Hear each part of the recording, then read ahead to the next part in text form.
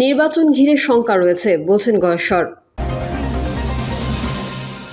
সরকার না চাইলে ইসির পক্ষে সুষ্ঠু নির্বাচন সম্ভব নয় বলছেন বদিউল আলম।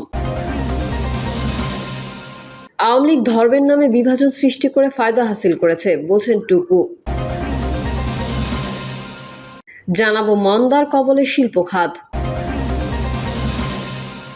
এবং সর্বশেষ জানাবো হাসিনাকে পালিয়ে যেতে আমরা বাধ্য করেছি বলছেন সাইফুল হক।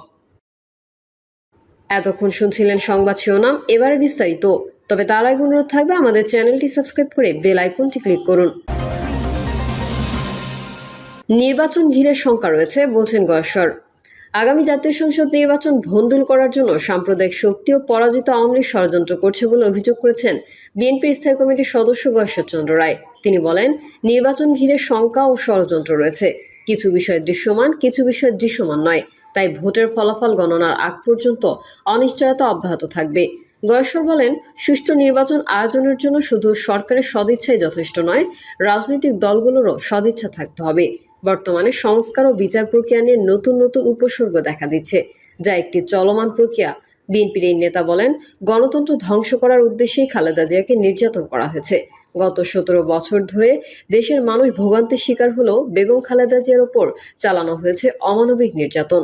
তাকে গৃহহীন করা হয়েছে। তিলে তিলে তাকে শেষ করার জন্য এমন কোনো কাজ নেই যা তারা করেনি।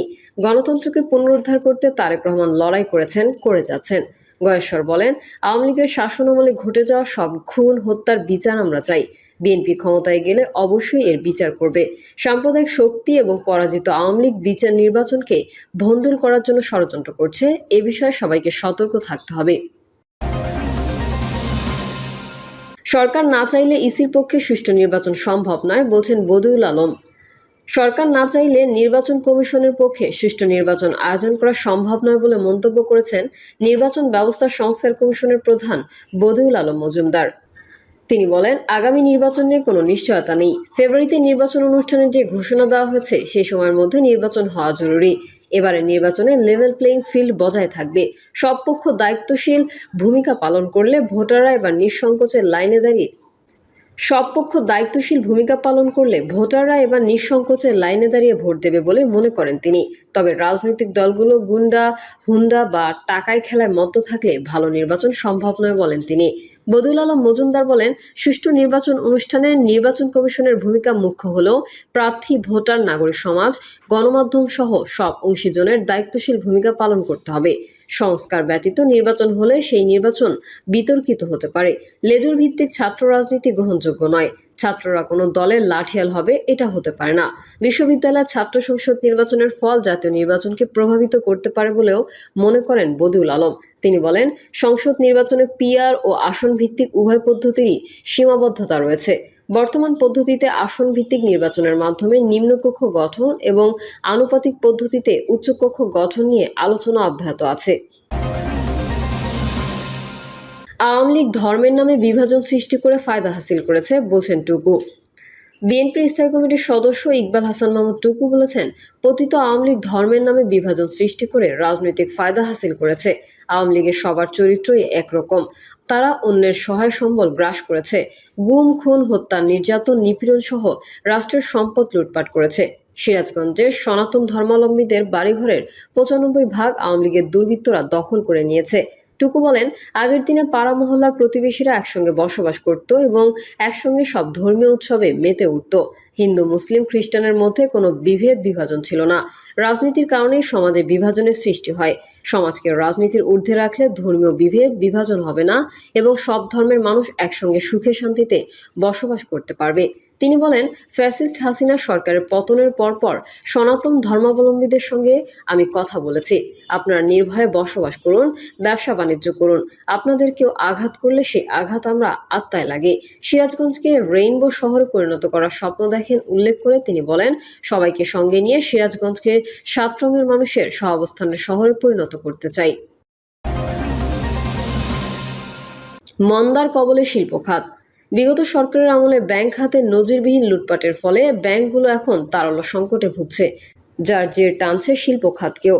কেন্দ্রীয় ব্যাংক এবং বাংলাদেশ পরিসংখ্যান ব্যুরোর প্রতিবেদনের বরাতে শুক্রবার যুগান্তরের খবরে প্রকাশগত অর্থবছরেও শিল্প খাত বিকাশের মৌলিক উপকরণ শিল্পের যন্ত্রপাতি আমদানি কমেছে, পাশাপাশি এলসি খোলার হারও কমেছে। ফলে আগামী কয়েক মাস শিল্পের যন্ত্রপাতির আমদানি কম হবে। অবশ্য শিল্পের কাঁচামাল আমদানি বাড়লেও এর বেশিরভাগই বেড়েছে রপ্তানিমুখী শিল্পের ক্ষেত্রে। তবে রপ্তানির বাইরে অন্য শিল্পের কাঁচামাল আমদানি না বেড়ে বরং কমেছে। বৈশ্বিক করোনা মহামারী এবং ইউক্রেন রাশিয়ার যুদ্ধ পরিস্থিতি তো আছেই। গেল বছর দেশে রাজনৈতিক পট পরিবর্তনের ও অস্থিরতার কারণে উদ্যোক্তাদের মধ্যে এক ধরনের অনিশ্চয়তা দেখা দিয়েছে বলে জানা গেছে। এই কারণে বেসরকারি খাতে ঋণ প্রবাহ কমছে। ব্যাংকগুলো তারল্য সংকটের কারণে বেসরকারি খাতের চাহিদা অনুযায়ী ঋণের যোগান দিতে পারছে না। এছাড়া টানা 4 বছর ধরে সংকোচনমুখী মুদ্রানীতি অনুসরণের মাধ্যমে ঋণের সুদের হার বাড়ানো হয়েছে, বাজারে টাকার প্রবাহ কমানো হয়েছে। মুদ্রানীতির এই ধারা চলতি অর্থবছরেও অব্যাহত রয়েছে।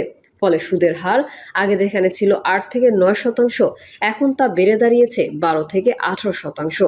এসব কারণে শিল্প খাতের মন্দা কাটছে না। উল্লেখ্য, যন্ত্রপাতির মধ্যে সবচেয়ে বেশি আমদানি হয় গার্মেন্টস, বস্ত্র ও ওষুধ শিল্পে। মোট যন্ত্রপাতি আমদানির 60%ই এই 3 খাতের। তবে এর মধ্যে শুধু গার্মেন্টস শিল্পের যন্ত্রপাতি আমদানি ও এলসি খোলা বেড়েছে। এদিকে শিল্পের উৎপাদনের প্রবৃদ্ধির হারও প্রত্যাশিত হারে বাড়ছে না।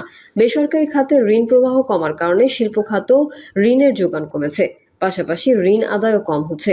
আর্থিক পরিস্থিতির কারণে যে শুধু শিল্প খাতের বিকাশ থমকে গেছে তা নয়, আমরা দেখছি দীর্ঘদিন ধরে বিদ্যুৎ ও গ্যাস সরবরাহের ঘাটতির ফলে উৎপাদন ব্যাহত হওয়ার কারণেও এই খাত ক্রমেই খাদের কিনারায় যাচ্ছে। আর্থিক ও জ্বালানি খাতে যে পরিস্থিতি বিরাজ করছে, আশু তার সমাধান হলেও শিল্পের এই নাজুক পরিস্থিতি কিন্তু সহসা কাটবে না। এজন্য সময়ের প্রয়োজন হবে। সেই পর্যন্ত শিল্পোদ্যোক্তাদের ব্যবসা টিকিয়ে রাখতে হবে, শ্রমিকদের নিয়মিত বেতন ভাতা দিয়ে রক্ষা করতে হবে। এছাড়া বিশ্ব দরবারে দেশের সুনাম ধরে রাখার চ্যালেঞ্জ তো রয়েছেই। নানা সংকটে নিমজ্জিত শিল্প খাতকে রক্ষায় তাই দ্রুত কার্যকর পদক্ষেপের বিকল্প নেই। ভুলে গেলে চলবে না, শিল্প খাতের এমন সংকটে দেশবিরোধী ষড়যন্ত্রকারী দুষ্টচক্র যেমন তৃপ্তি পাবে, তেমনি পর্যায়ক্রমে পরনির্ভরশীল হয়ে এই খাত ধ্বংস হলে সরকারও হারাবে বিপুল পরিমাণ রাজস্ব। এই শিল্পের ক্ষতি হলে শুধু দেশের অর্থনীতিতেই যে বিরূপ প্রভাব পড়বে তা নয়, সেই সঙ্গে হাজার হাজার মানুষ বেকার হয়ে পড়বে। শিল্প কারখানা বন্ধ হয়ে বেকারত্ব বৃদ্ধি পেলে দেশের আইন শৃঙ্খলা পরিস্থিতির অবনতির আশঙ্কাও রয়েছে। সরকার বিষয়গুলোকে গুরুত্বের সঙ্গে বিবেচনায় নিয়ে শিল্প খাতকে বাঁচাতে কার্যকর উদ্যোগ গ্রহণ করবে, এটাই প্রত্যাশা।